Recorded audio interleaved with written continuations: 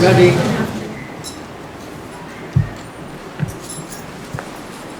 Oh, it's nice to see so many people turn up today.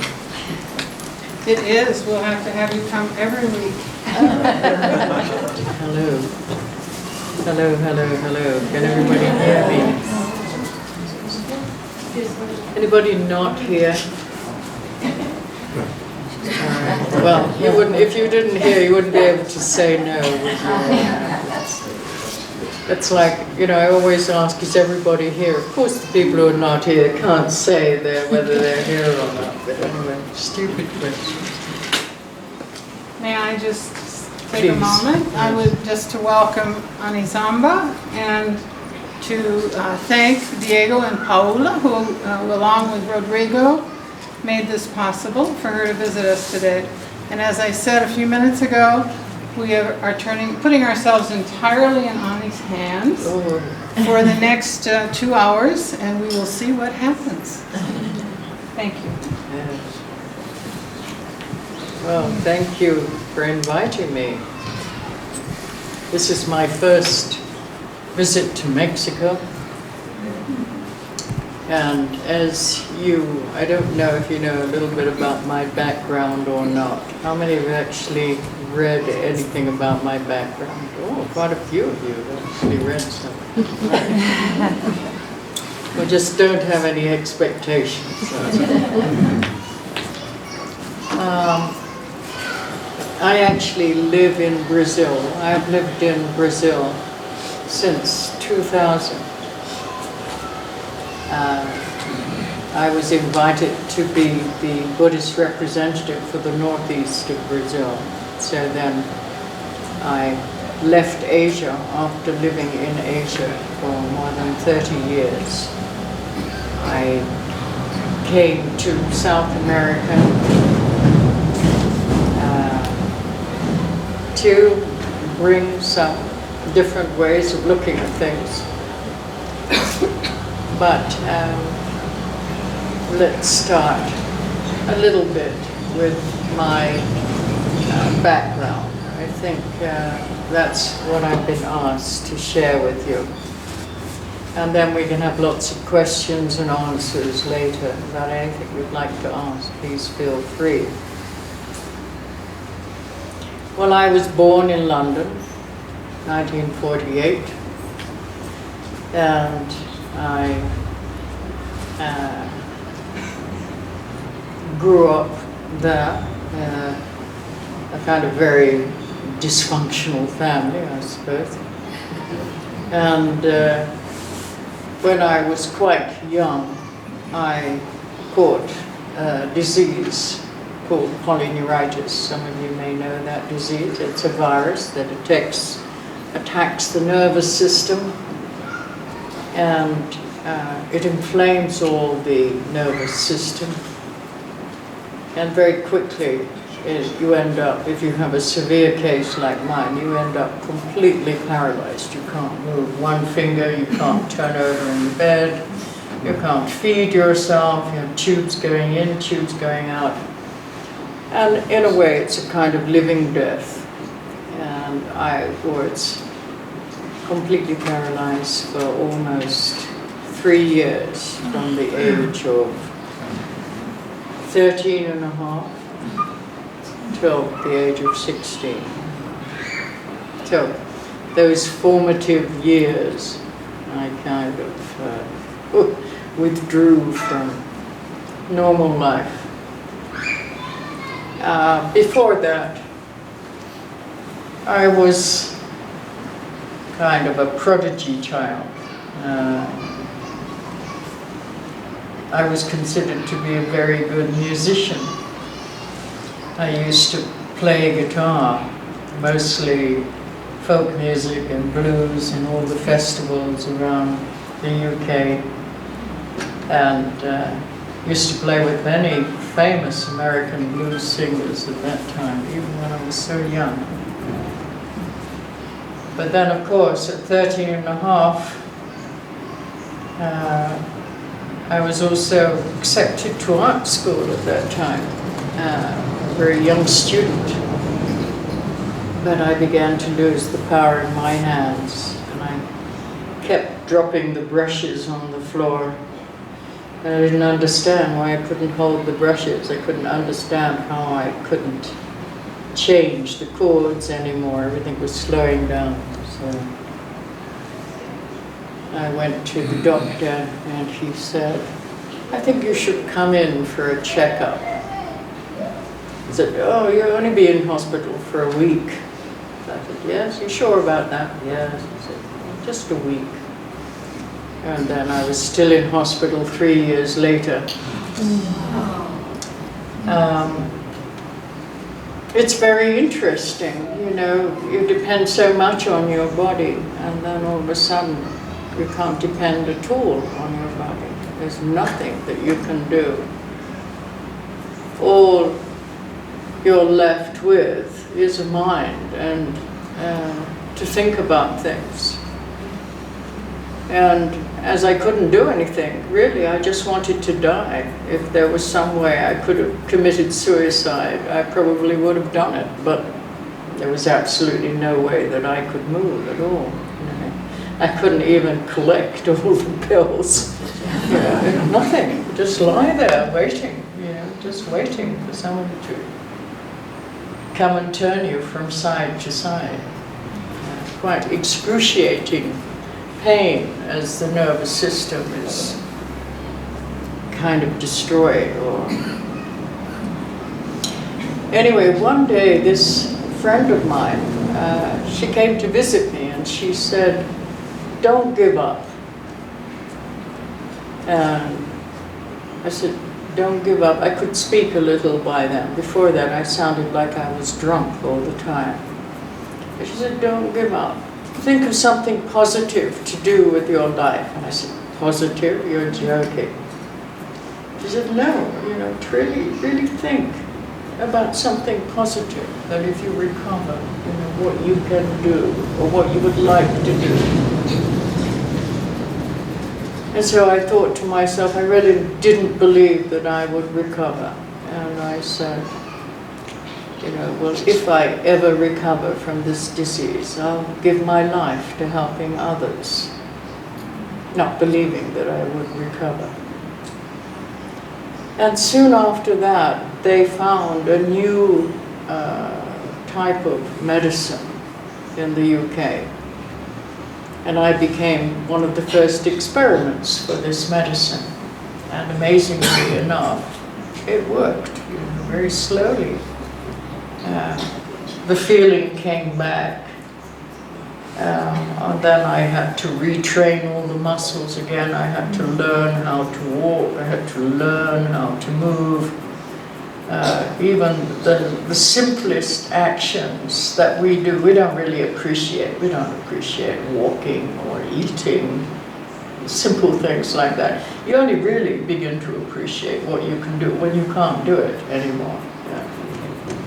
Wow, you know, that person doesn't know how wonderful it is to be able to put the fork from that food to their mouth. We just don't appreciate what we have.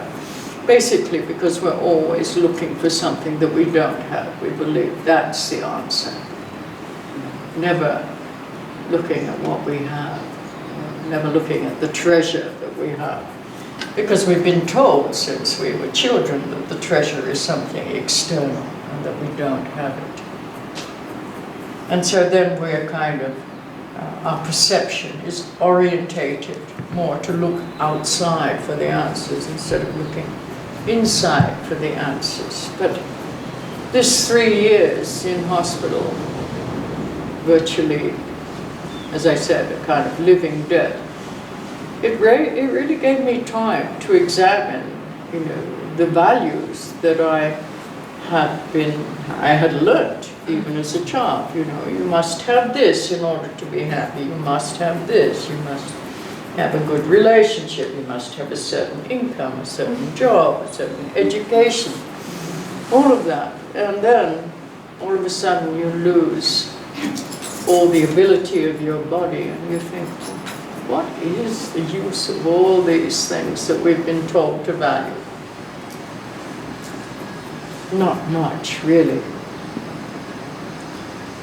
So after I began to recover, I had made that kind of promise that I would give my life to helping others. But in fact, I didn't even know how to help myself. How could I help others when I didn't know how to help myself? You know, it's such a deep kind of level of confusion. Nothing seemed to make sense anymore. Okay, I had been given my life back, but you know, what was I going to do? And in those days, I was very involved in the music industry. I had an enormous collection of music, mostly black music. And I had a record shop, and I worked as a DJ in a social club for black kids. Because in England at that time, there were many, many problems because the English had given independence to the West Indies. And so then we had many West Indians coming to live in England, and so there was a lot of racial conflict. A lot of riots with the police in the area where I lived. And I wanted to help these kids. And it was through music, through my knowledge of music, that really that was how I communicated to these different cultures that were coming into London at that time. But even the social work I did, I just felt it was all so superficial. You know, I wasn't really helping anyone. I certainly wasn't really helping myself. And I thought, what shall I do with my life? And then a friend of mine came along and he said that his daughter was going to have a marriage ceremony in Cyprus, in the Middle East. As you may know, Cyprus is an island between Greece and Israel in the Mediterranean. And he asked me if I would like to come to this marriage ceremony. And I said yes, because his daughter was a good friend of mine. So we drove from London to Cyprus. And once I was out of England, I was just so happy to be out of England. I just thought, this seems to make more sense. You know, this lifestyle seems to make more sense. You know, maybe I'll stay here for a while, work here. Well, I didn't have so much ability. You know, I wasn't very professional at that age. But I did know a lot about music. And somehow or other, the British forces, they found out about my background in music. And they came to me and they said, would you like to start a discotheque in Cyprus for the British forces who are stationed here, because you have such a broad knowledge of music. You know, if you started a restaurant and discotheque, you know, it would really help the people here. And I thought, are you sure? And they said, yeah, we really think, why don't you experiment? Why don't you try? So that's what I did. I opened this restaurant discotheque, and people used to come there and enjoy themselves at the weekends. But I thought, what am I doing here? You know, really not helping anyone. And then many different situations happened. And it came a point where I felt that I needed to leave Cyprus. I had met many people coming back from India. This was 1968, 69. So, you know, because of the Beatles, and their relationship with their guru in India. You know, there were a lot of hippies like myself, you know, inspired to go to India, you know, to see what this spiritual ideas were. But I had no money at all. How was I going to get to India? And I met this other English girl in Cyprus, and she said to me, "You don't need money. You know, if you really want to go, you'll be able to go." I said, "You're joking." I said, "Without money, how am I ever going to get all that way from Cyprus to India?" But then something happened. And I made a strong commitment that I was going to go to India, and I didn't care how hard it was going to be. I was going to go. I didn't have any money at all. And I met some people, and I told them about my life up until that point, and I felt that if I went to India, I might find some answers, and might make sense of my confusion. And so these people, they helped me get on a flight from Cyprus to Turkey. And then when I got to Turkey, I spoke Turkish and Greek at that time. And I was just sitting on the street in Adana.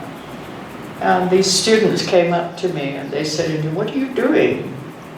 And I said, "I don't really know what I'm doing." And they said, "Where are you going?" And I said, "I'm going to India." They said, "Oh, how are you going to get to India?" I said, "I have no idea. You know, I've got no money, I've got nothing." So they said, "Oh, you know, at the moment, you know, we're kind of hiding from the military because 2,000 students had been massacred in Turkey at that time. There was big demonstrations, and they said, you can come and live with us. You know, we don't have much, but we'll take care of you." And so they invited me to their kind of underground hideout. And then over the period of a month, they all got together to buy me a ticket from Turkey. Yes, I went by train from Turkey to Iran with a stopover in an amazing place called Erbil, which is where the Crusaders. I don't know, any of you know Turkey at all? Anyone been to Turkey? There's some incredible historical sites in Turkey, very beautiful. So anyway, finally I got to Iran, and on the train going to Iran, I met a poet philosopher. And we talked, and he said, "Where are you going?" And I said, "I don't know, but I'm trying to get to India." And I told him my story up until that point. And then he said, "Well, I'll help you get to Afghanistan." So then he paid my bus fare, and I got to the borders of Afghanistan. And when I got to Afghanistan, I was actually given a horse, and I rode across Afghanistan on a horse to Pakistan. And then I jumped a train in Pakistan, pretending that I didn't talk. So when the ticket collector came along, of course I was deaf and I couldn't speak, so I couldn't understand that he wanted the money for the ticket. Anyway, so finally there I was in India, and I still didn't have, you know, a penny to my name. But somehow I went from the north to the south, from the east to the west, and I visited every famous guru who I heard about. Anybody who I thought might know more than me, I was going to visit. And usually I traveled by jumping trains and pretending that I didn't speak. I was what we call a Moni Baba, somebody who keeps silence. And in those days in India, you know, people really respected this kind of sadhu tradition, this kind of holy tradition, you know. people really trying to make sense of their life in different ways. So I thought, okay. And then I went down to Sri Lanka, and I remember getting hepatitis in Sri Lanka. I was so ill. I was taken into a hospital in Sri Lanka. And that was the first time I ever heard anything about Buddhism. I didn't know anything about Buddhism. And I was in an open-air hospital in Colombo. And I remember looking across the courtyard from my bed, and there was a statue of Buddha in the courtyard. And I thought, what's that? What does that mean? Still no idea. And then when I recovered a little bit, somehow I ended up in a nunnery in the forest, a kind of little hermitage. And these nuns, they didn't speak any English, but they were extremely kind. And it must have left some very positive impressions that later on kind of pulled me towards the Buddhist tradition. But after I left Sri Lanka, I came back again to India, and I went up the east coast of India. And then I went to visit Sai Baba, who I wasn't particularly impressed by. I thought, so what? You can make all this ash come from your fingertips. You know, how's that going to help my confusion? You know, how did that help me make sense of my life? You know, I wasn't impressed by the magic and the mystery. I wanted something more practical, something that I could actually work with.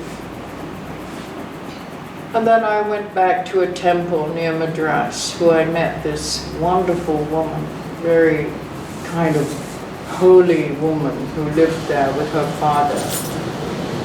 And they were involved in the Vaishnavi tantric tradition, which is a Hindu tantric tradition.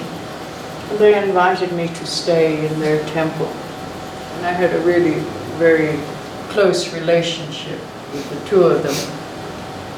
And then one day she said, I want to give you 6 acres of land. I think I was only 20 years old, so maybe I was 21. She said, I want to give you 6 acres of land, and I want you to build a hospital for sadhus. I said, excuse me. She said, yes, I feel that you are the person that can really take care of these holy people. They won't go to an ordinary hospital, but there's some quality that you have that you can share with them, and I think you can really help to heal them. I don't know anything about all of this, I don't know. But then one day I came down to breakfast, and there was a newspaper on the table.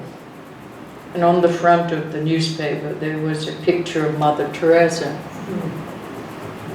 And I thought to myself, you know, maybe I should go to Calcutta and see Mother Teresa. Maybe she can tell me how to start a hospital, and maybe she can train me in taking care of these people. So I jumped a train. It was about 2,000 kilometers or more from Madras to Calcutta. And I arrived in Calcutta. I had no idea where her convent was, her mission was. But anyway, I was kind of in some way guided to her mission. And I knocked on the door, and a sister came to the door, and I said, can I see Mother Teresa? Had all my kind of Hindu sadhu robes on with a colourful turban and all kinds of saris. I must have thought, who is this? And she said, oh no, Mother Teresa's not here. She is in Bangladesh. Many women had been raped by the military because people were kind of preparing for war between India and Pakistan, I think it was in those days, and she'd gone to help these children which had been left in dustbins here and there. She was setting up a home for unwanted children and unmarried mothers. And so I said, well, can I stay the night? And they looked at me and they said, no, we don't have a place for you. You can sleep outside on the street. And I looked at her and I said, yes, you're right, I can. So I went outside the convent, put some newspaper down on the street, and put my robes that I was carrying, put it down as a pillow, and went to sleep. There's, 1 million people who live on the streets in Calcutta. That's no big deal, to sleep on the streets. And what was amazing, I had no food. And it was the people without food, the people who were living in the street, cooking their chapati on the street, who would come over and share that one chapati with me. You got something to eat? I thought, yeah, that's the way it is. People who don't have that open heart, and people who don't have, they understand the suffering of not having, so much more open to give, to share. And then the sister came in the morning and she said, Mother Teresa came back last night. She wants to see you. So I said, okay. So I went in. And, I'm small, but she's smaller. She was smaller. She's really very, very small. But my goodness, is she powerful. And she said, what do you want? And I said, well, I want to come and stay and work with you because I want to start this hospital in Madras for sadhus, blah, blah, blah. She said, we don't have a place for you here. And I said, oh, please, please let me stay, You don't mind what you do? I said, no, I don't mind what I do at all. She said, okay, she said, the only place I have for you is the home for destitute and dying. She said, you can have a camp bed with the patients in the home for destitute and dying. I said, oh, thank you very much. I didn't know what I said thank you very much to at all at that time. So this place that she had set up, it had about 200 to 250 camp beds. It was one big room. And all these camp beds, you had about that space between each camp bed. And this was a place for the rejects of the hospitals. A place where the hospitals felt that, there was no way that they were going to cure these people. And so virtually, they were left on the streets to die. People with chronic tuberculosis, people with leprosy, all kinds of diseases. And this area of Calcutta is an area that we call Calicut. And the patron saint of this area is the goddess Kali. Now the goddess Kali is the force of destruction and resurrection. So many people come from all over Bengal to die close to Kali because they believe that if they die near her power or presence, then this force will help their rebirth. They will have a better rebirth. They'll be able to have a better life somehow or other. So then at night time, Mother Teresa had a little van and used to go round at night in this van, and we would find bodies here and there on the streets in their last hours or whatever, in a terrible state, physical state, psychological state.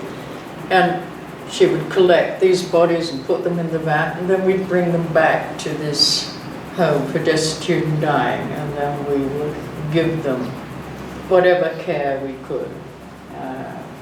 Whatever medicine we could, whatever love we could. just so that they would have a place to find peace in their last hours, a place to die. And some of them actually recovered. And then they stayed on to take care of the others.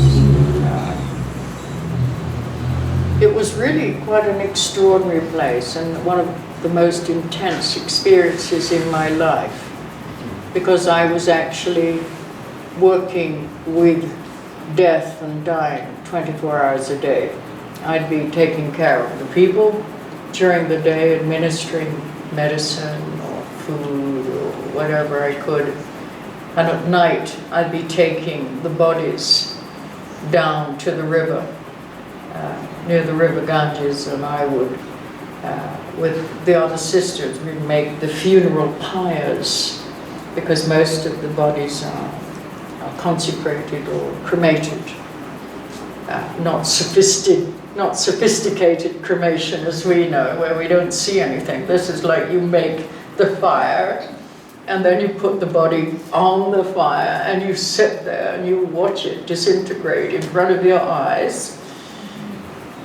And this is how we have to work with the situation. There's no other way. We had very little money to feed the people who she brought back to this home.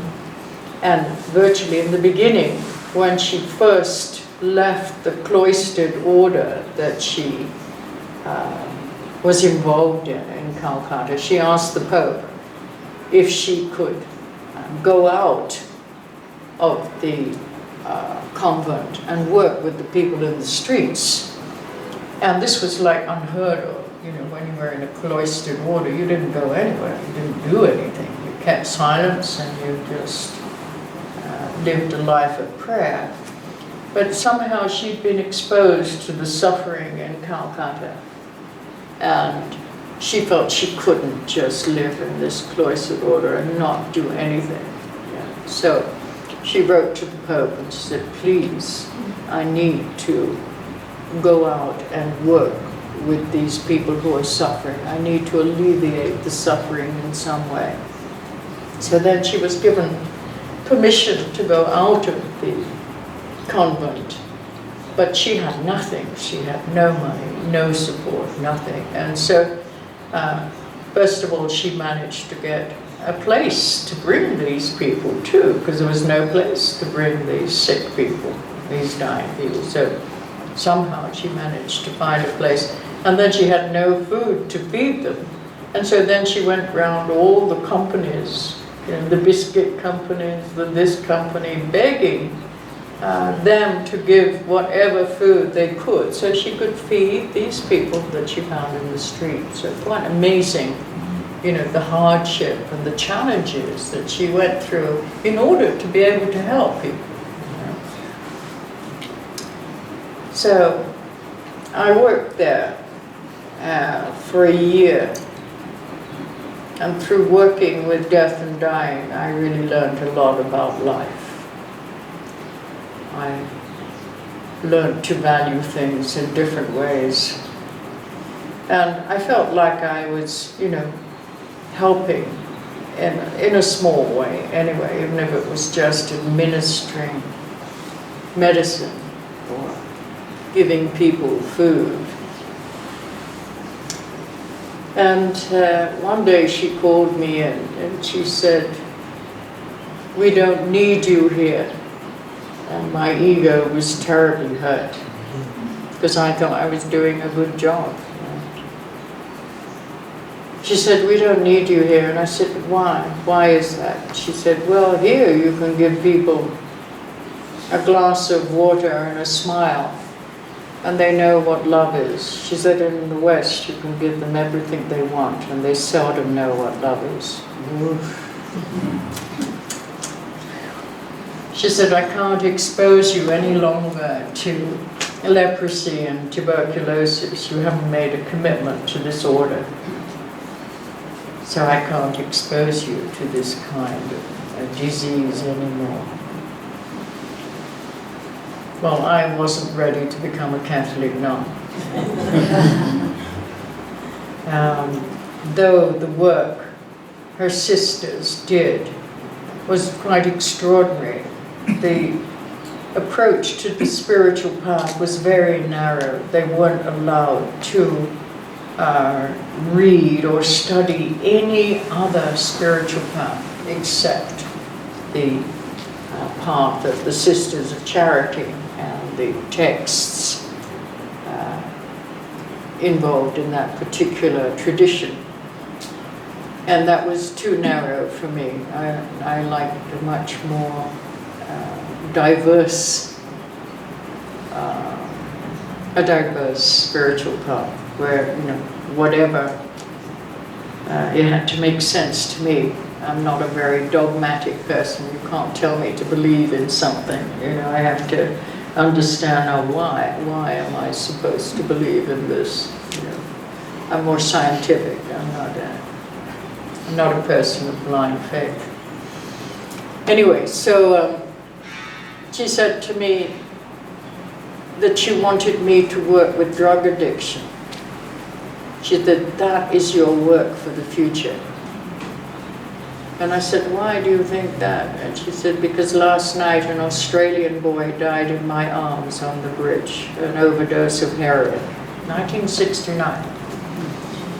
And she said, this is going to be one of the major problems of the future, drug dependency. And I feel that you will be able to really help a lot of people if you can work with this problem. So young, so inexperienced, I knew nothing. I'm not ready for this. Now what's amazing, and I often tell this story, I've never heard a Christian say this before, and this is what really inspired me. I knew that she was very special by what she said. And she used to come to this home for destitute and dying on a Sunday. And one day she walked in and she said to me, this is my favorite place. What?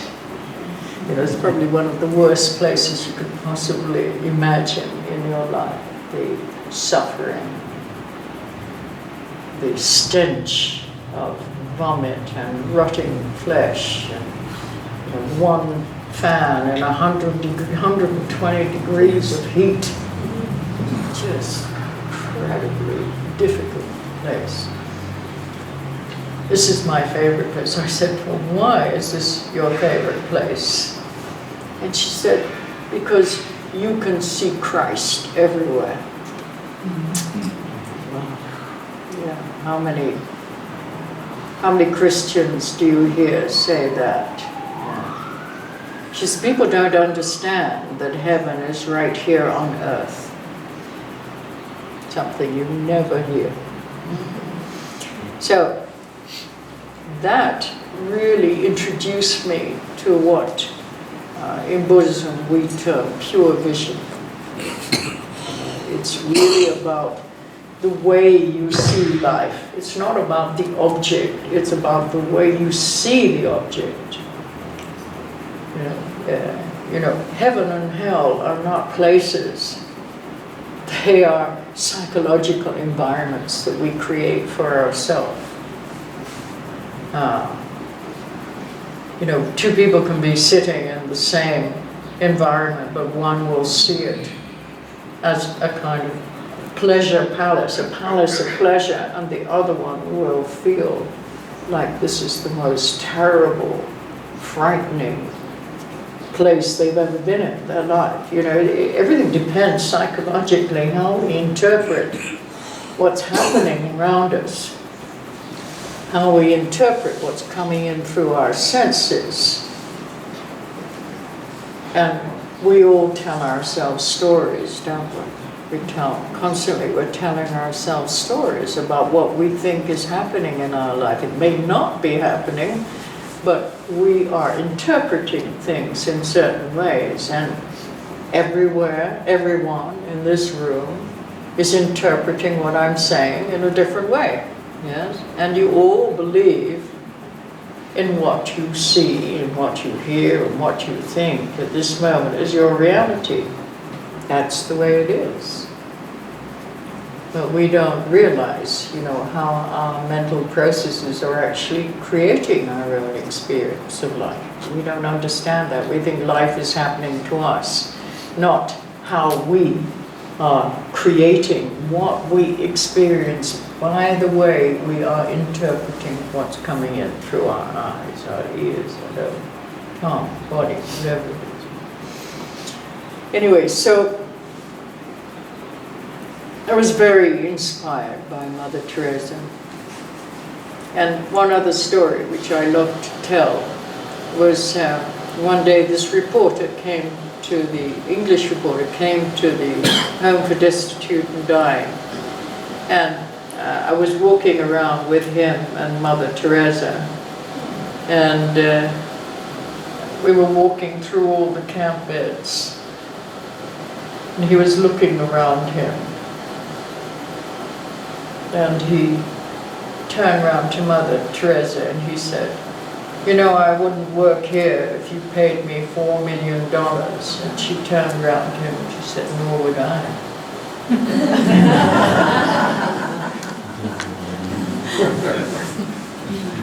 You see, the motivation is very different, isn't it? Motivation of compassion, of love, of wanting to alleviate suffering. No matter how hard it is, we want to have that ability to free others from suffering. So then after that, I didn't know what to do. I didn't know where to go. And it just happens that Kolkata is not that far from Nepal. So then I managed to get up to Nepal, and then I wandered around in the Himalayas, and I heard about, some Tibetan lamas who spoke a little bit of English, because in those days they didn't speak English. They escaped, many of them escaped from Tibet in 1959, 1960, and so on, and they were all put in refugee camps. And some of them learned a little English, but the majority did not learn English at all. And I heard that these lamas spoke a little bit of English, and so I walked out of Kathmandu up into the mountains. And then that was the first time I came across Tibetan Lama. And I was so inspired by the wisdom of this person, just so practical, so down to earth. And virtually in 15 minutes he answered so many of my questions, clarified so many of my doubts.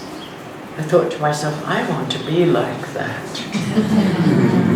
I want to have that kind of wisdom, that kind of compassion, that ability to respond to the needs of others, really have that wisdom to benefit others. And he happened to be a monk. And I said to him, can I come and stay with you? Can I live near you and work? I don't mind what I do. I'll work in the garden. I'll do anything. And he said, well, we don't have any place really here for you to stay, but you can get a room in the local village maybe. And so that's what I did. I took a room in a Nepalese house, and I just used to walk up to where they were staying and just do whatever I could around the place. And then more and more, the closer and the longer I stayed there, the more inspired I was by his example. And I thought, I want to be like that. That makes sense. That looks like something that really makes sense in my life. So I went up to him and I said, please, I'd like to become a nun. And he looked at me and he said, it's just like another acid trip, isn't it?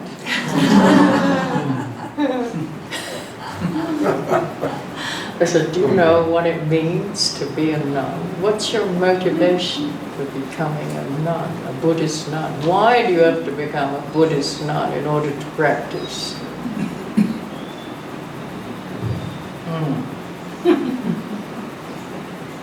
No, you just like the clothes.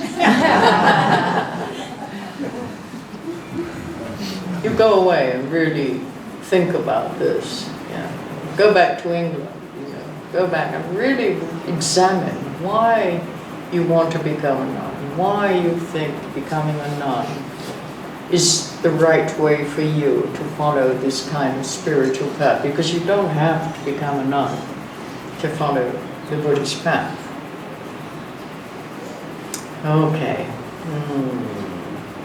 Right. So then I went back to England and I looked at all the different things that I possibly could do with my life, and really nothing seemed to really interest me or fulfill this desire to be able to not only profoundly benefit myself but also others as well. And I thought more and more about becoming a nun and what it meant, and that level of commitment, both internal commitment and, putting on robes that was really going to remind me constantly about my internal commitment. So then I went back again to Nepal and I said, I really feel that this is the best way that I can make my life of benefit for others. And he said, are you sure about that?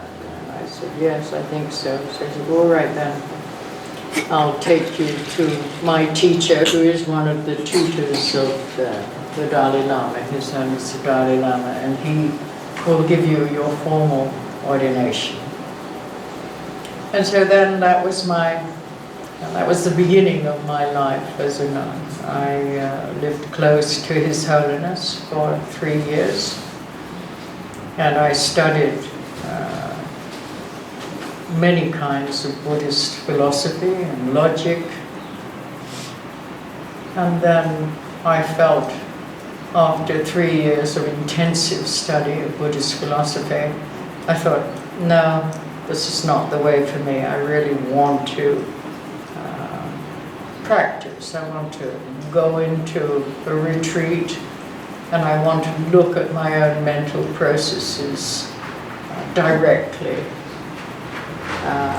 And so then I went to my teacher at that time and I said, please, do I have to go down this mountain every day and study all this stuff? Can I stay up with you and you just give me instructions, and then I'll stay in retreat and just practice what you tell me to do? And so he said, okay. He said, it's very useful, all this study. He said, later, if you decide to teach, you'll have more ability to understand different ways of perceiving reality. And so then you'll be able to communicate more deeply with other people's points of view. And I said, no, please let me stay up here. So then I went into my first long isolated retreat of 18 months. Didn't talk to anybody, didn't see anybody, and really just investigating my own mind, using some very sophisticated psychological tools that the Tibetan tradition has. And after 18 months, I really felt a transformation take place. By the time I came out of that first retreat, then this teacher had gone to Switzerland, as His Holiness had asked him to take over this monastery in Switzerland. And I was kind of left without a teacher. And I had no relationship with any of the other teachers there at that time. So then I slowly looked around for somebody else, another master who I felt a connection with. And so that's how my path went. I would go from teacher to teacher, and I would practice their advice as much as I could, and I'd spend a long time in retreat to try and realize the meaning behind the words. And then when I wasn't in isolated retreat, then I would set up social projects. So from Nepal in 1978, I became very ill again, and my teacher at that time advised me to go to Thailand and to stay with a Thai monk who he felt could cure my disease. He said, no Western medicine or Tibetan medicine will be able to cure this disease, but this one monk in Thailand, he has the ability. And I trusted the wisdom of this master, and so then I went to Thailand and I found this particular monk, and he happened to be heading a program for the cure of drug dependency.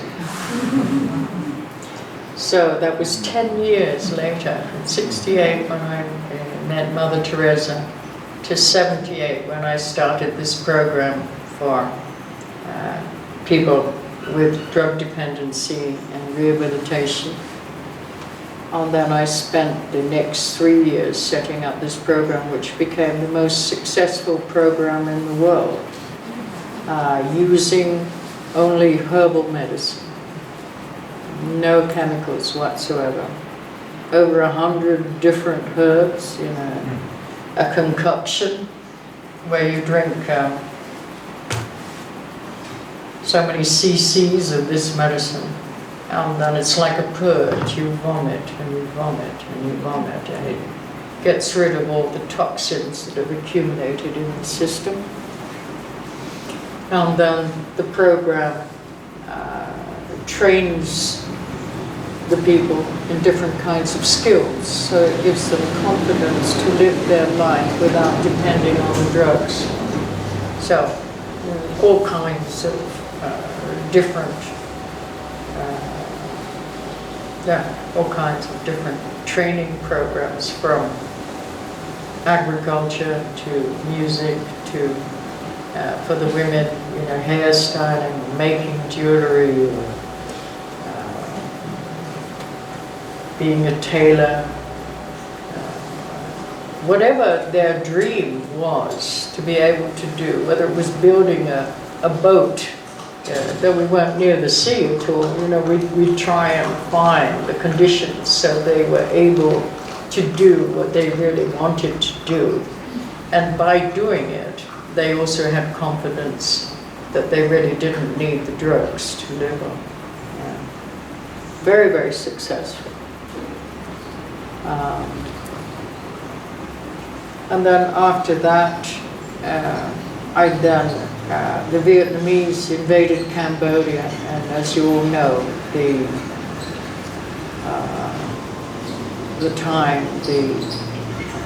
terrible situation of what happened under Pol Pot, the killing fields. So at that time, the American ambassador, he asked if any of us could go down to the borders and help set up the refugee camps, because many of the Cambodians were coming across the border into Thailand, and they had nowhere to go. It was terrible, terrible condition. So then I went down there to help set up the refugee camps, and just one intense situation after another. You can't believe the suffering that these people were exposed to at that time. But slowly, very, very slowly, a transformation was taking place. When I first came into the camps, everybody was living under blankets, pieces of bamboo, blanket thrown over the top. It was pouring with rain, just thick mud everywhere. It was nothing. And as I walked through the camp, all these people, especially the older generation, when they saw my robes, they came out and they threw themselves in the mud. Because they hadn't seen any Buddhist monks, for the whole years, the last 7 years under Pol Pot. Everything was destroyed. All the temples were destroyed. All the monks were disrobed. And so then when they saw me, it was like a light. Oh my goodness. Buddhism still exists.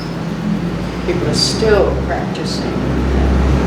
It's like a ray of hope within all the suffering.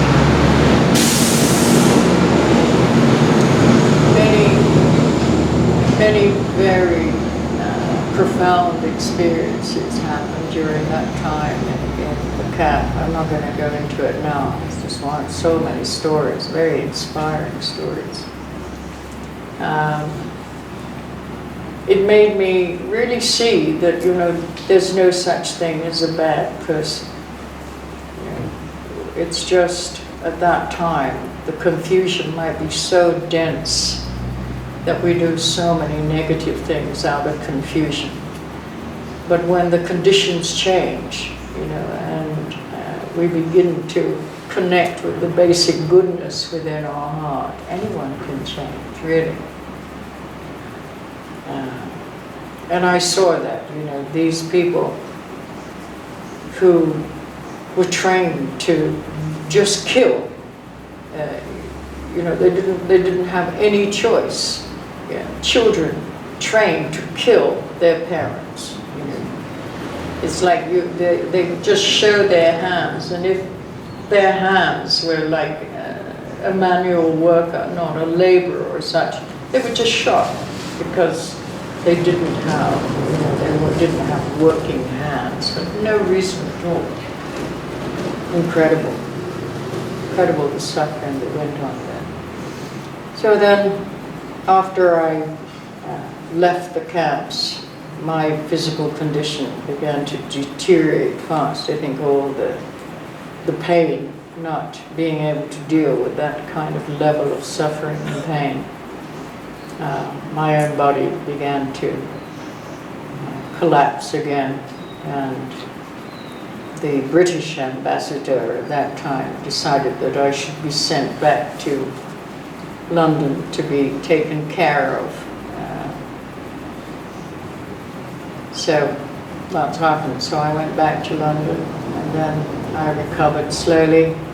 And then I came back again, and this time I decided that I wanted to see the source of the opium trade. I was working with the end result of the dependency, and I wanted to see how it was being produced, the tribes, and so then I walked into Burma illegally. I lived with the tribes in Burma, trying to find some other crop substitution program. How stupid can you be? A crop substitution program for opium? But who is going to walk 4 days into the jungle to buy strawberries? Nobody's, it just doesn't make sense, does it? But for opium, they will walk days to buy opium because of the amount of money that's involved. So my life went on, fluctuating between social programs and long retreats, and then from Burma I went to Korea, 7 years in a Zen Son monastery in Korea. Very different style of training, also very sophisticated psychological methods. And then I went into a long retreat on an island between Korea and Japan called Jeju-do. And then from there I moved to the Philippines, and in the Philippines I worked in a leper colony, setting up education and agricultural programs for lepers.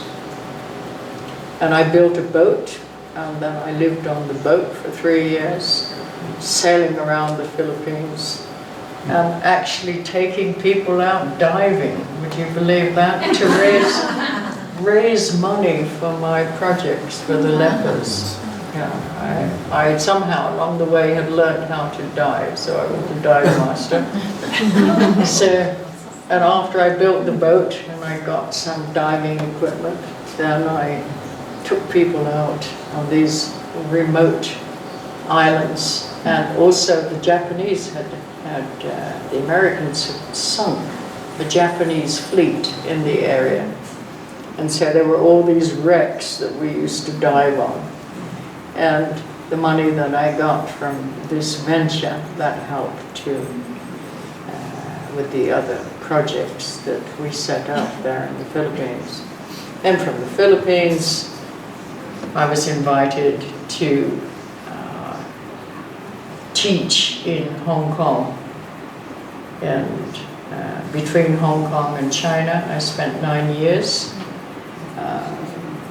I set up Buddhist centers in Hong Kong, taught at the university, and did many things in Asia during that time. Then from there, I was then invited to come to Brazil in 2000 to be the Buddhist representative for the northeast of Brazil. And I have many groups, I don't know, 12, 13 groups in different cities around the northeast of Brazil, where people come together to practice and study and do retreats. And then here I am. So my dear friend Diego, who I met in Thailand in a retreat 5 years ago, when he heard I was in the area, then he invited me to come to give some teachings here. And so that's a wonderful opportunity for me to come to Mexico. And then from Mexico I go to London, and I'll be teaching in London in October. And then from there I go back to Hong Kong, teach in Hong Kong, and then back to Brazil. And that's my life now. I move around a lot. Yeah. So that's just a very kind of quick introduction to. So, you know, when you think of a Buddhist nun, please don't think of me, because I'm really not a stereotype at all. I've done a lot of things that most Buddhist nuns wouldn't do. You know, it's not very conventional life. I'm not really living in a monastery with other nuns, being, you know, very. I've really been working in the world with people who I felt that I could benefit in one way or another. So, any questions before we go on? Yes. Did the woman who originally offered you the land to build the hospital in Madras, did she end up building the hospital for sadhus? To be honest, I don't know. I never went back to Madras. I went from Calcutta to Nepal after that. And in those days, if you wrote a letter, you were lucky if it ever, you know, occasionally somebody would write a letter to me from England, and 3 months later, the empty envelope would arrive without the stamp and without the letter. You know, it was almost impossible to have communication with anybody in India. So I don't know if she found someone. I hope so. Very special woman.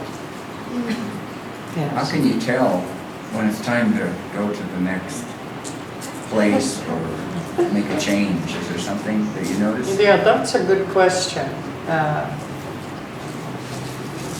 As far as the spiritual approach of the different Buddhist traditions, for me, I really was looking for a challenge. I wanted to learn different psychological approaches, not just one way. Because Buddhism is extraordinary. You know, different kinds of methods they have to understand how your own mind works. You know, it's all about the mind from beginning to end. It's not a religion. It's about the science of the mind, how we can create our own experience of life. Now, most of us, we don't believe that. We don't believe that we're creating our own experience of life. We think life is happening to us. So, as you begin to study more and more, then you're introduced to different possibilities that you could never imagine. Yes, and you could, as well as you can create your own experience, you can deconstruct the way that you create things and reconstruct it in another way. So what may appear to you as something negative can then be transformed into something positive. Many different ways of seeing. Now, you know, when we look at our perception about things, it's very fixed, very rigid. We're not really introduced to that flexibility of seeing things in different ways. And so many, many times this is the cause of our suffering. Because whatever we think, we believe. Yes? And well, if you tell yourself a negative story about something, then of course you suffer, don't you? This is so bad, this is the worst thing that's ever happened to me. Blah, blah, blah. Yeah, and if you believe it, that's your reality. You don't believe that you can change it when it's happening. So, you know, with the Buddhist tradition, because it is about the science of the mind, you're given very sophisticated psychological tools that you can change the way you see.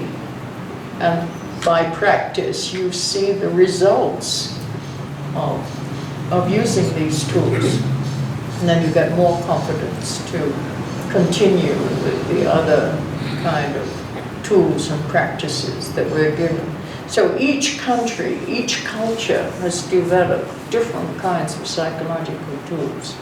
The ones that the Tibetans use are very different from the Burmese. The ones that the Koreans use are very different from the Tibetans. The Japanese are different from the Koreans. The Chinese are very different from the Japanese. You know, they all have their own set of psychological tools that they use to approach what we call the essential nature of our consciousness. So fascinating, you know, fascinating to study this and to practice this, because it really does change the way we see things. And as we change the way we see, then we reduce the kind of psychological conditions that result in our suffering and our dissatisfaction. So then you have less suffering in your life and less dissatisfaction in your life, more clarity, more wisdom, more compassion, and your heart begins to open in ways that you could never imagine. So you really begin to feel very profound benefit. You begin to connect with the treasure in your own heart. And you see, that treasure out there is really, has no value, really. It's the one in your heart that has the value. Thank you. Do you only do your teachings in English, or do you know the other languages? I'm deaf, you see, you need a microphone. Oops. Do you only do your teachings in English, or do you know the other languages like Chinese and... Yes, I have translators. Oh, okay. Like I see. Diego is my translator for Mexico. Yes, he speaks Spanish, I don't. Oh, okay. I understand Portuguese, but I don't speak it well enough to teach him, but I can correct my translators. My Tibetan is not that good anymore. I used to be able to speak Tibetan well enough to translate, but I don't live in a culture which speaks Tibetan anymore, so I've lost the ability. I used to be able to speak Thai fluently, but I don't use it, so it would take me a few months to pick it up again. I used to speak Korean, I don't speak that now. If you don't use the languages, you lose the ability. So, at the moment, in Hong Kong, I teach in English because a lot of people speak English in Hong Kong. I have a microphone now, so people asking questions great. can use it. Thank you. Yes. Have you found any particular modality from a certain country that tends to work better with Westerners than others, or does this tend to be very personal and less cultural? I think it's very personal. It really is. It's like going to the doctor. The doctor is not going to prescribe the same medicine for everyone. The doctor sees one's psychological makeup, sees one's tendencies, our neurotic habits and tendencies. And some people's tendencies are stronger towards this or stronger towards that. So then specific kinds of practice might be more useful. Some people like more elaborate practice. Other people like more simple practice, more down to earth. It really depends, that's why I think, I'm very fortunate to have been able to study all these different approaches, because now I can prescribe different kinds of medicine for different kinds of, different kinds of psychological problems. But, basically, to start with the breathing, that's very helpful, because we're breathing 24 hours a day. It's not like something extra. You can just by focusing a little bit on that natural movement of breathing in, breathing out, it allows one to be more present, not always to get lost in what you're thinking all the time. And when you do get lost in what you're thinking, you can come back to that breath again. So it's a kind of anchor. It anchors you more in the present moment, because if we look at how our thought process works, it's always pulling us into some idea about the future or something about the past, or we're just telling ourselves a story, that we don't realize that we're telling ourselves a story because we're so familiar with identifying with what we think. We can't have that space to, this is just a thought. How many of us say that during the day? No. We're just seduced by what we're thinking all the time. There's no space. Whatever you think, that's the way it is. So we need space. The following the breathing in and out, or just watching how your tummy goes up and down when you breathe in and out. Something so simple can be so grounding, so that you don't always get lost in what you're thinking. Then the more space you have, you can say, oh, this is just a thought. This is just a story. I don't need to believe it. I don't need to believe it. And then there's more choices. Now there's no choices. When we think something, that's the way it is, isn't it? So, helpful that. Breathing, whether it's just watching the movement of your stomach as the air goes in and out, or whether it's just simply watching the air coming in and out of the nostrils, whatever you feel is more easy for you. The stomach, for beginners, is sometimes more easy. It's more easy to perceive the air entering and leaving as the stomach goes up and down than it is to perceive the air entering and leaving the nostrils.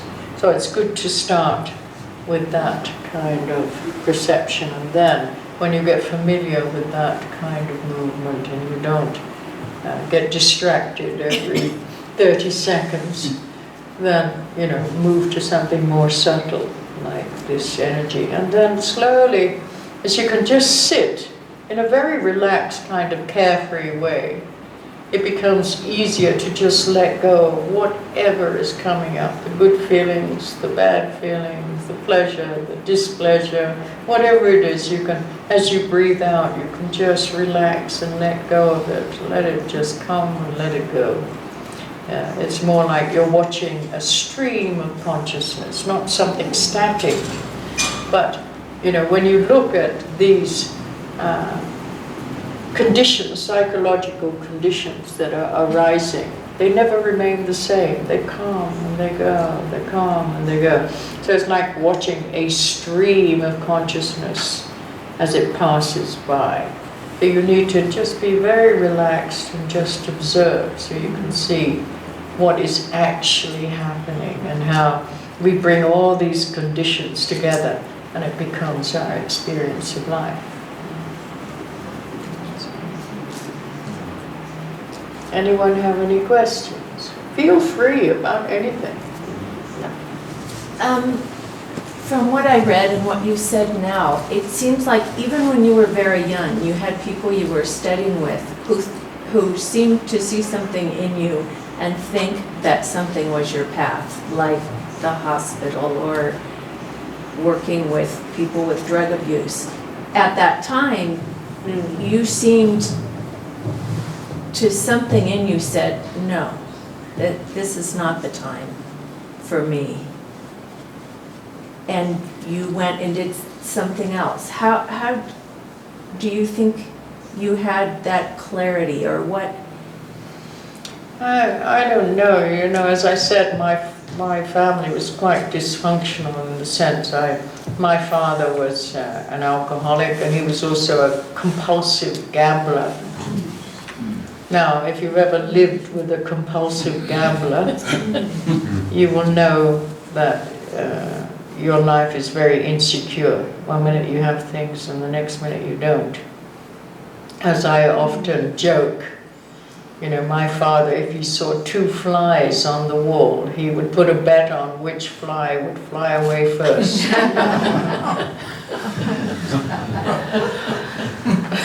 That's not so easy to deal with. Yeah? And one day, you know, I'd have these fantastic toys. I'd have a slide and a swing. I'd have a horse, and the next day they'd disappear. You know, and what happened? You know, there was this dog running, or there was this horse that needed this bet, or there was always something. You know, and so I learned to live with this kind of, you know, having things or not having things. You know, you weren't so attached to having things because they weren't always there.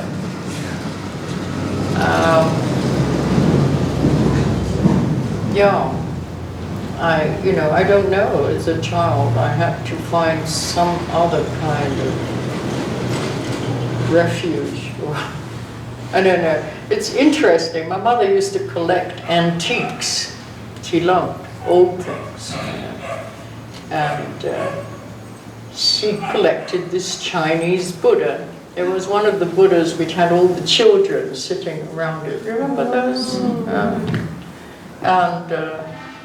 When there was all this screaming and shouting going on between my parents when having fights and this, I remember I would go down into the living room and I would just sit in front of this Buddha. It was the only safe place. And I knew nothing about Buddhism at all. And I often wondered, you know, what was the connection? Why did I feel so safe just sitting there? You know? Who knows, you know? Who knows whether it's a previous life or whatever it is. Or maybe it's just seeing all those nice little children sitting on the Buddha. So with all your dysfunction, how were they supportive of you during your illness? Did they help see you through? Well, my father wasn't around. He was probably betting on something. You know, it's really interesting, and people see so differently. you cannot expect them to see the same way as you do, because they don't have the same conditioning as you do. So even though, you know, you want them to understand, they can't understand. This is what we don't understand. And this is why we get so upset and suffer so much, because we want that person to be the way we want them to be in order so that we can be happy. And they can't be that way. So you're banging your head against a wall, aren't you? It's not possible, because they don't have the same previous mental conditioning that you do. And I remember coming back to England one year. I was in Buddhist robes by then and shaved head. And I hadn't seen my father for many years, because my mother remarried again. All of a sudden my father showed up. "What are you doing? What's this? You need to get a job." You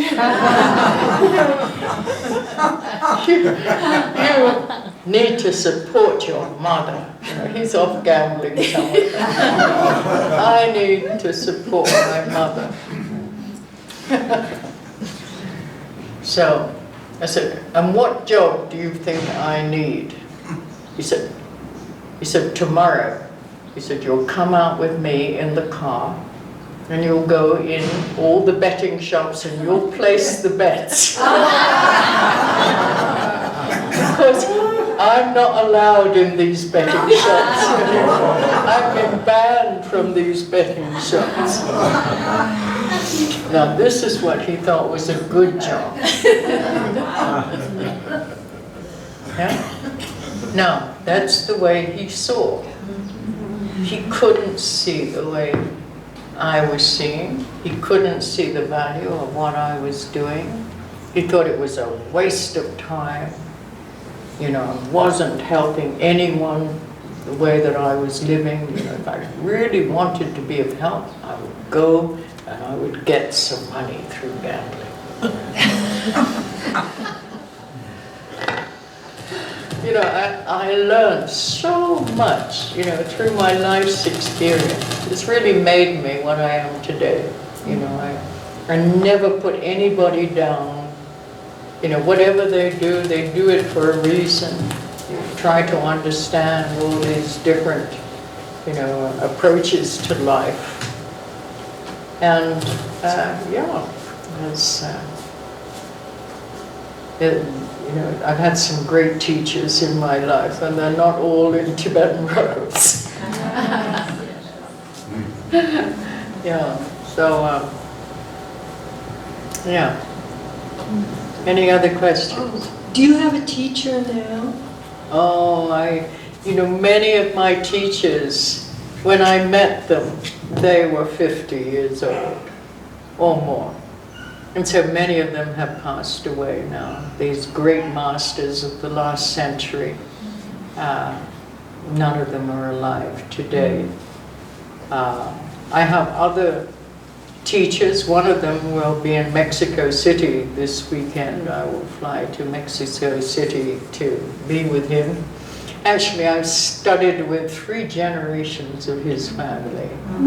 His grandfather was one of my main teachers, and his father was my principal teacher, and now he himself is considered to be one of the foremost Buddhist teachers in the world today.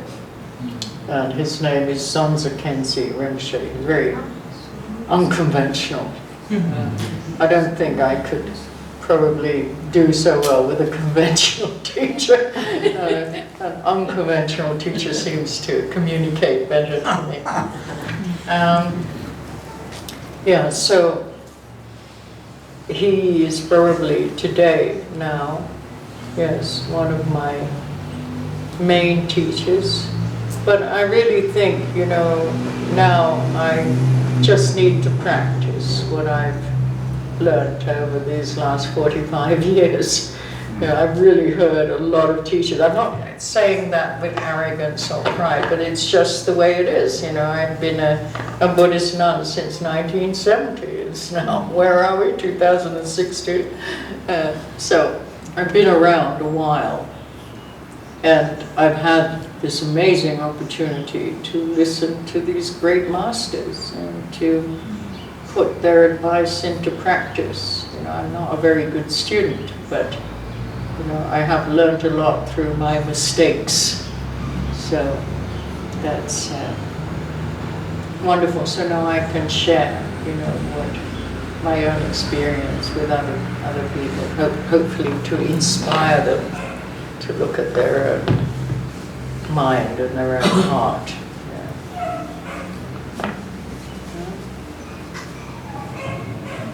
Anyone else? Thank you very much for so nicely telling us your life story. I noticed on your hand there is a mala. Yes. May I ask a question about what are you reciting? What's your favorite mala? You know, the mantra. No, it's not just about reciting with your mouth. Mantra is also very much about visualization. You're actually visualizing something, some activity in one of the chakras, which will focus the subtle energy into that chakra, help the energy to flow in a different way. It opens your perception to see things in a different way. It's not enough to just say a mantra with your mouth. It doesn't really work so well. Yeah. In the West, we don't understand the science of sound. Whereas if you look at the Sanskrit language, the ancient language of Sanskrit, every vowel and every consonant, when you recite the alphabet, it will resonate in all the energy body in different ways.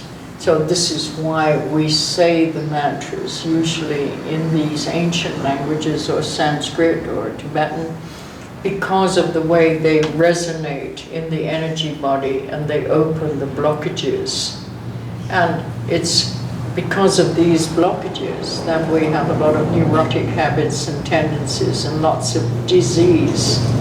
Because virtually all our disease, it arises by the way that we relate to the phenomenal world. Now this is what we don't consider, this kind of possibility in the West. You know, because of our approach to medicine, it's a very symptomatic approach. We don't really look at the cause of disease. And disease, that word says itself, doesn't it? What's happening, you know? Dis-ease, not at ease. It means something's not flowing freely. Now why is something not flowing freely? Whether it's your blood circulation or your oxygen is not oxygenating the organs in the right way. There's too much stress, there's blockages here, there's this, there's that. The digestion's not functioning properly, the thought process is too agitated, lots of stress.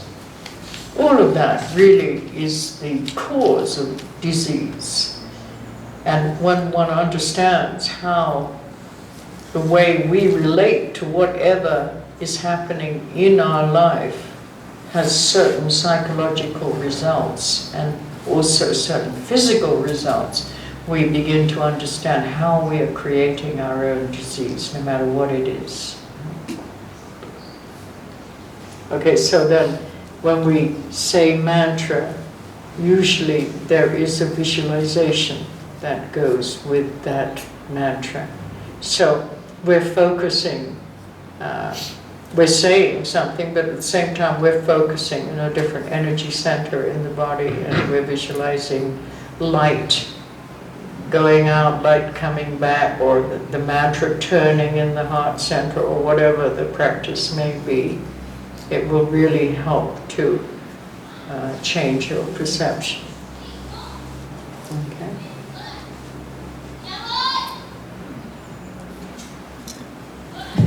Yeah. I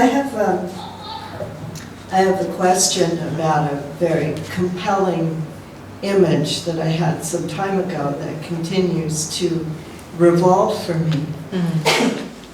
The image is, and I don't know the mantra that goes with it, the image is a heart, in the heart, a flower which opens and closes. What mantra would seem to fit? Is that That's a very positive image. You know, when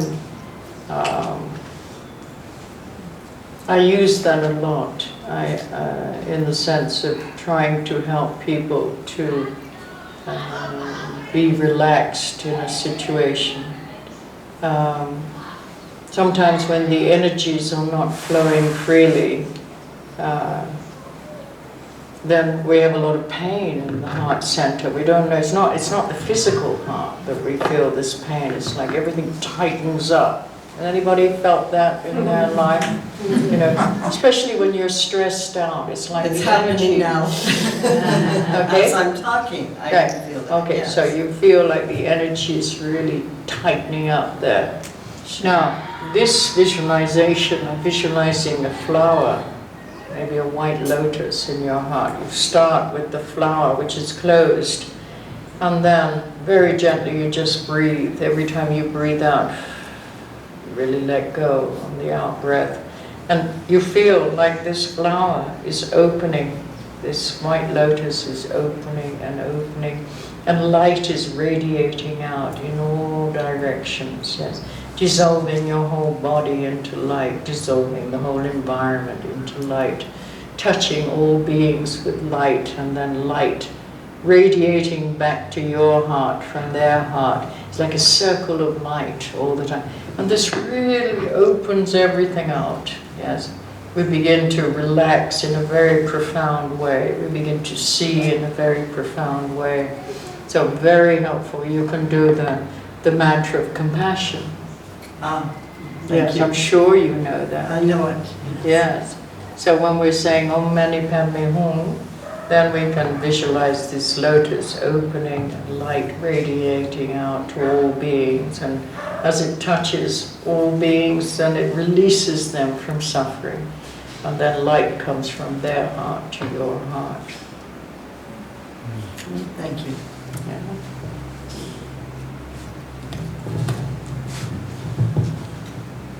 Ane, this afternoon when we talked briefly before the Sangha started, you noticed a piece of art in the room and you had some comments about it. I would love it if you would tell that story. Because people who purchased that and donated it to the Sangha are both here, and I think they'd love to hear the connection.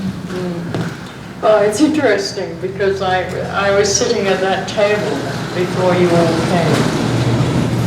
And sitting at that table, looking at that wall, I saw that picture on the wall of Avalokiteshvara, four-armed Avalokiteshvara, or Chenrezi, the embodiment of compassion. And I remembered, I had a very deep connection with that painting when it was painted, because it's my brother who painted it. Yeah.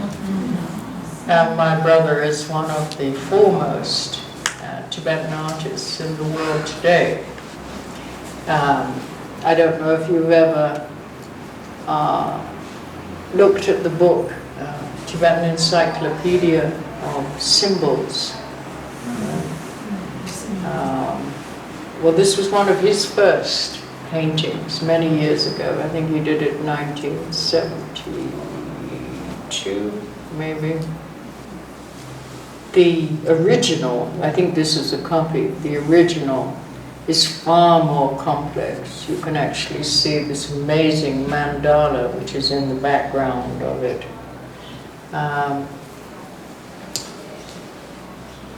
He is a very unusual person. he doesn't practice Buddhism formally. It's interesting. He doesn't do any of the formal practices, though he's considered to be one of the greatest artists. Yeah. All his work is done from visions or dreams. And many times in the 70s, he would hardly sleep at night. He was always painting, amazing, the paintings that he did. When he was young, he did a lot of drugs, a lot of hallucinogenics, a lot. And it got to the stage where he just could not come back to normal anymore. Yeah. And so then his whole life was trying to find out, what is real and what is illusory. And this work, this expression of his painting is very visionary. Now, his daughter died a few years ago. She was very young, 24 years old, and she was a nurse. And one day she went, the group, they went diving, and this was diving in England, and the sea was very, very cold, and her wetsuit was too big, and so she died of hypothermia. And after she died, then he went through an extraordinary transformation. His desire to know what she went through took him in all kinds of tangents, spiritual paths. And what he became really interested in was near-death experience. So he really has done a lot of research, almost 10,000 cases of near-death experience of what happens, when people's heart stops, yes? And then they're resuscitated, what kind of experiences they have. So that's really his path. Yeah. Very interesting. And it's very interesting. There's a Dutch scientist now. He's a heart surgeon, a kind of Von Pimmel, I think his name is. You can see his interview on YouTube. Very interesting because in his work, during some very sophisticated surgery, they have to stop the heart and the brain for 4 hours. And during this experience, the patients have come back and related what they saw, what they felt, and such incredible similarity. So this doctor, now his work is not only as a surgeon, but he goes around the world telling people about near-death experience, and there's so much to understand and look forward. And it's amazing, this experience, because now we think that when we die, consciousness dies. But he's actually proved that's not the case, because he's able to freeze the brain, freeze the heart, 4 hours, nothing's functioning, and still people know what's going on outside of the body. So that's something to think about, isn't it? That's a real revolution in the scientific field. Yeah. It's not something that we can easily accept so easy, because ever since we were children, we've always believed that consciousness is the brain. That's what we've been taught. But maybe it's something else as well. Something to think about. So, Ani, you can tell probably that we are in the last part of our lives. Yes, all of us. Many of us. And so I'm wondering, and many of us also have come to learning about Buddhism and Buddhist practice very late in our lives. So the question I would have is, what do you think would be, in your opinion, what is the most useful thing, and how should we approach our practice and our study in these last years that we had. Well, I think also, look at this near-death experience. It's interesting. And if it's possible to do the practice of poa, now I don't know whether you've ever been introduced to this practice. If you could invite somebody here to teach this practice of poa, you don't have to be qualified Buddhist, so to speak, to be able to do this, but it gives you confidence. It gives you confidence to experience something that is beyond your body.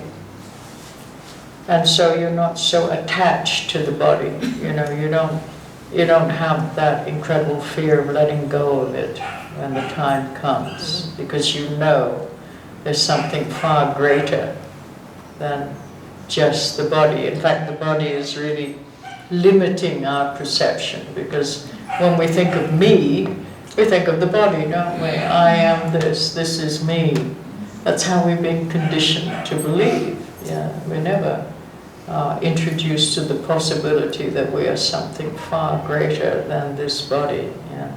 This is just a vehicle to take you from A to wherever you need to go to realize what we call the true nature of consciousness itself, which has no limits. There's no beginning, there's no end, there's nothing that we could define conceptually. But in order to taste that, we've got to go beyond the conceptual mind, because it's the conceptual mind that's actually limiting our perception into believing things that are not true. Yeah. So this practice of poa, which in Tibetan it means transference of consciousness. So you learn a certain technique which is not that difficult. How to take your consciousness in and out of your body. Yeah, you train to take your consciousness in and out of your body. So then you do certain visualizations which are not very difficult, certain type of breathing, and then you shoot your consciousness. You visualize maybe a circle of light, you have a certain syllable that you say, and you can shoot your consciousness out the top of your head. And you can actually rest your consciousness up here, out of the body, and begin to taste this open, spacious way of seeing, which is not limited to the body. Then you bring it back down again. It's like mental gymnastics. You train in and out, until you get more and more comfortable of just being not limited by this idea of who we think we are. There are teachers who come to Mexico, who go to Casa de Tibet, and some of them are qualified to teach this practice. It would be wonderful, if you could invite one of them to come here, and those who are interested to do it, fine. It just gives you a little bit more confidence, when the time comes to let go, that you can actually do something, yeah? That you're not powerless. And also, I think, it's important to see your body as like an old set of clothes that's not needed anymore. Yeah. So when the time comes, it's just like, okay, thank you. Let go, because you're going to meet your true nature. All of us at the time of death will see what we call our clear light nature. We don't know that, because, as I say, we only know, this physical, the way we identify ourselves now as this physical body, but we don't know our energy body and the subtle level of our consciousness. Now, at the time of death, as the elements that support this body and this consciousness begin to lose their support, we have lots of internal visions that will happen. And then at one stage, we will come face to face with our own nature. All of us, doesn't matter whether you're Buddhist or not. But the problem is that most of us, we don't recognize our own nature when it comes face to face. You know, it's the most extraordinary light. You've heard people talk about that at the time of death. You know, they're resuscitated, and then they say to you, I experienced the most extraordinary light. And it was like I was sucked back into a tunnel again, you know, when I was resuscitated. You hear it so much. But this extraordinary light is your own nature. This is your pure, essential nature of your consciousness. And we need to get familiar with this so that when we see it, we can just merge with it instead of separate from it, you know, because this light is like we're coming home. We're coming home to who we really are, not who we think we are, but who we really are. And so, you know, death is not like a full stop. It's something, it's a wonderful opportunity, you know. Yeah. I was just wondering, I had an experience, when you talk about seeing the light, it was through meditation, and I was completely, it wasn't a near-death experience, I was completely conscious, but I was completely surrounded and embraced by the most glorious, divine light and love I've ever known. I can't describe it into words. And I've never met anyone else that has had an experience like that through meditation. Is that something that you are familiar with, or am I just weird? No.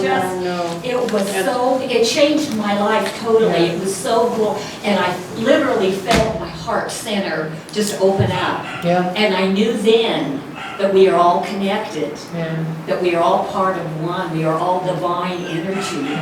And it's just, I would love to, and years later, I mean, it was so profound, I couldn't even talk about it. And then about 10 years later, I would get a message in my email every day of a certain word. And this word came across, and it was called Adiksha. It was a Sanskrit. Diksha, D-E-E-K-S-H-A. And it described exactly what happened to me.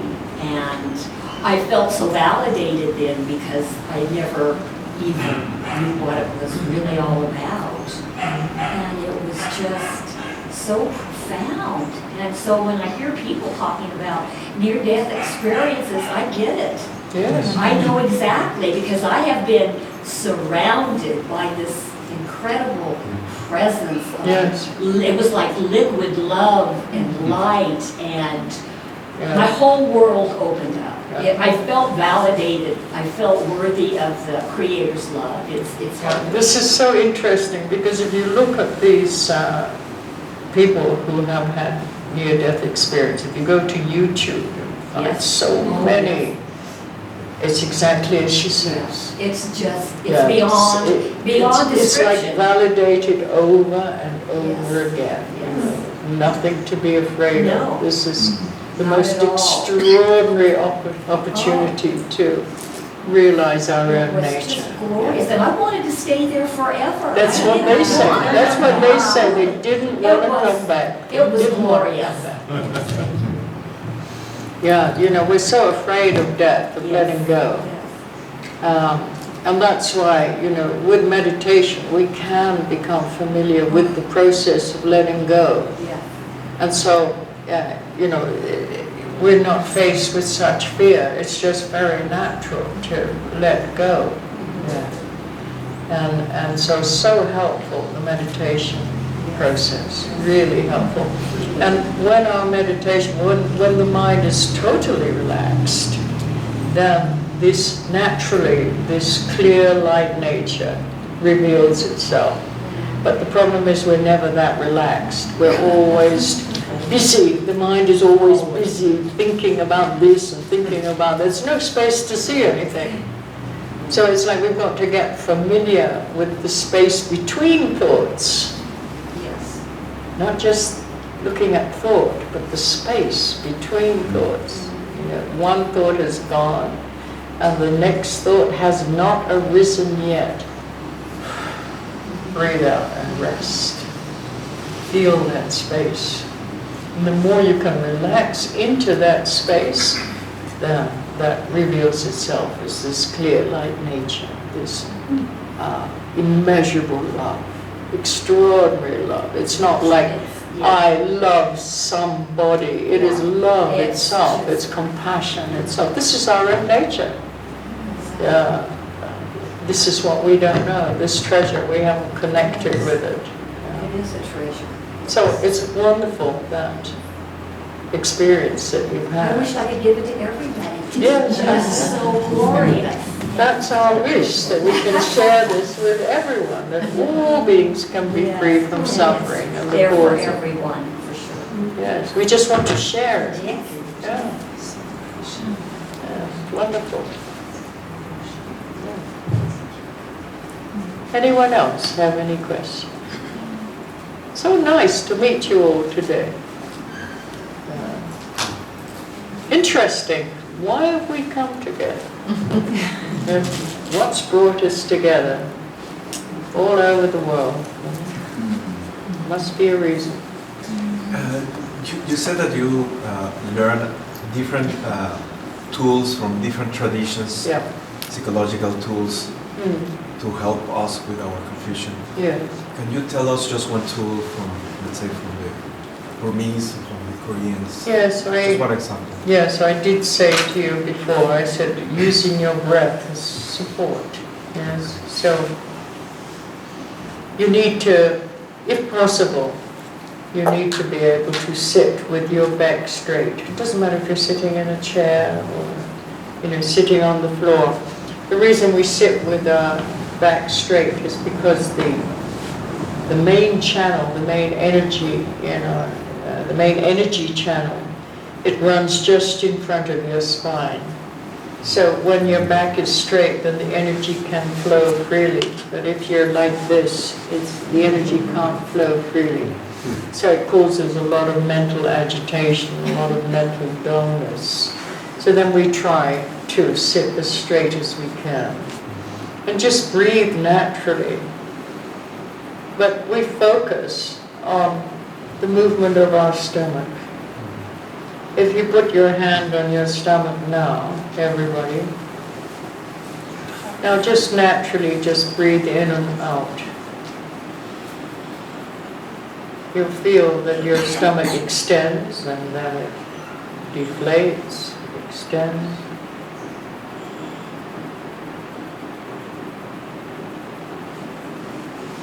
Everybody feel the movement of their tummy?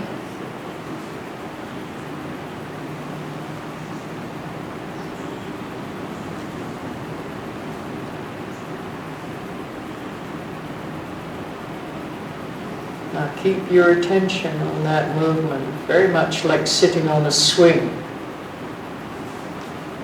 When you're sitting on a swing, you want to stay together with the swing, otherwise you're going to fall off. So here we're staying together with the movement, we're keeping our focus or our attention on the whole of the movement as the air comes in, as the air goes out.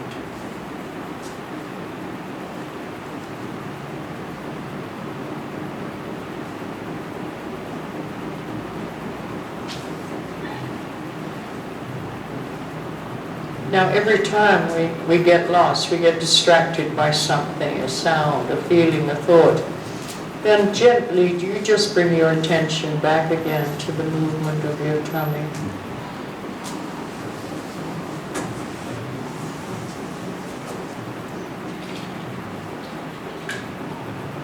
And in the beginning, maybe we have to bring our attention back 30 times in 1 minute because we just get distracted so easily. That's okay.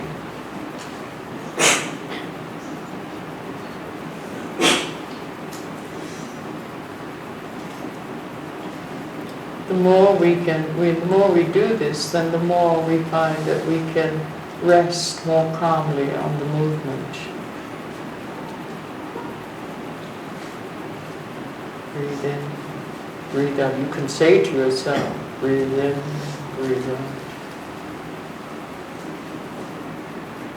Breathe in, breathe out.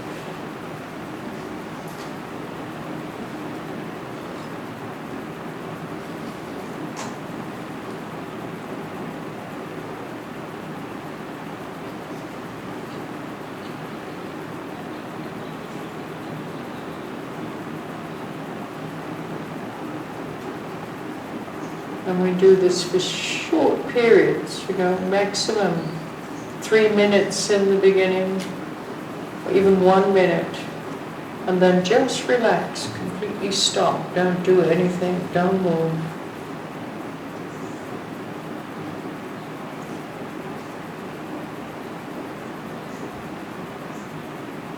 Leave everything completely natural.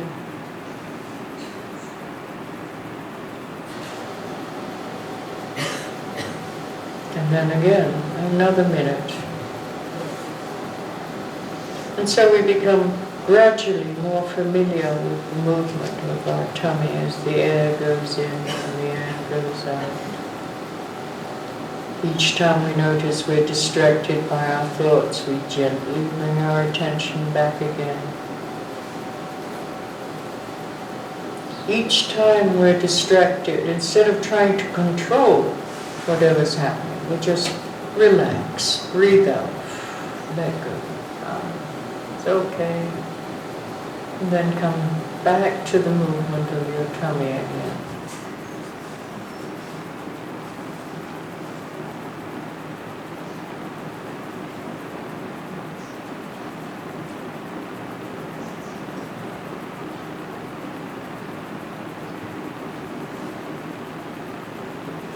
And the more we do this, the more peaceful, the more calm, the more clear we begin to feel.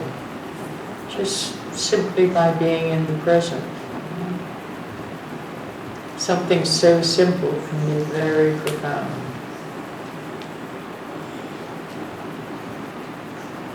Just short periods. Don't try to force anything.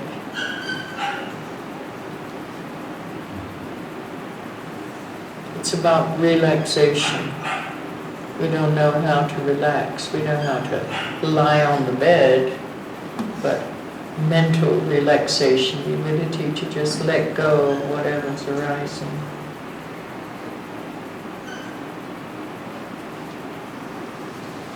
We have to keep saying to ourselves, it's okay to let go. It's okay to let go.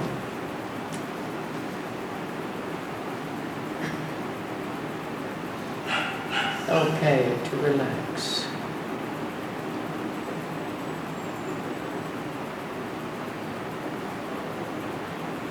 Every time you breathe out, you relax a little bit more deeply.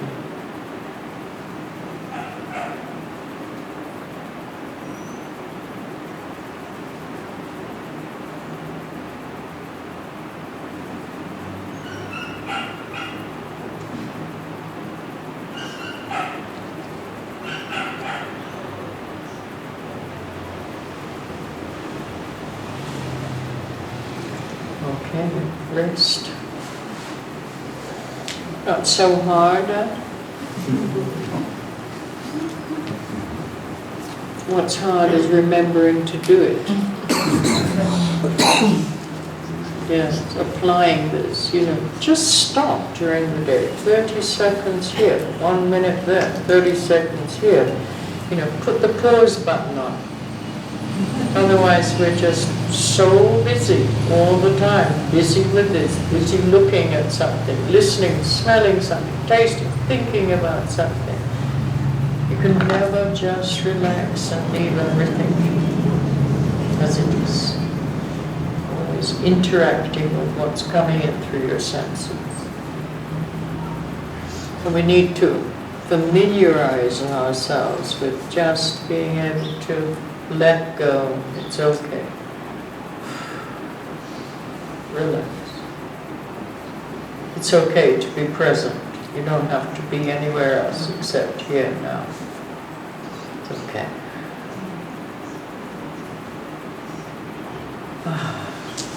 So nice.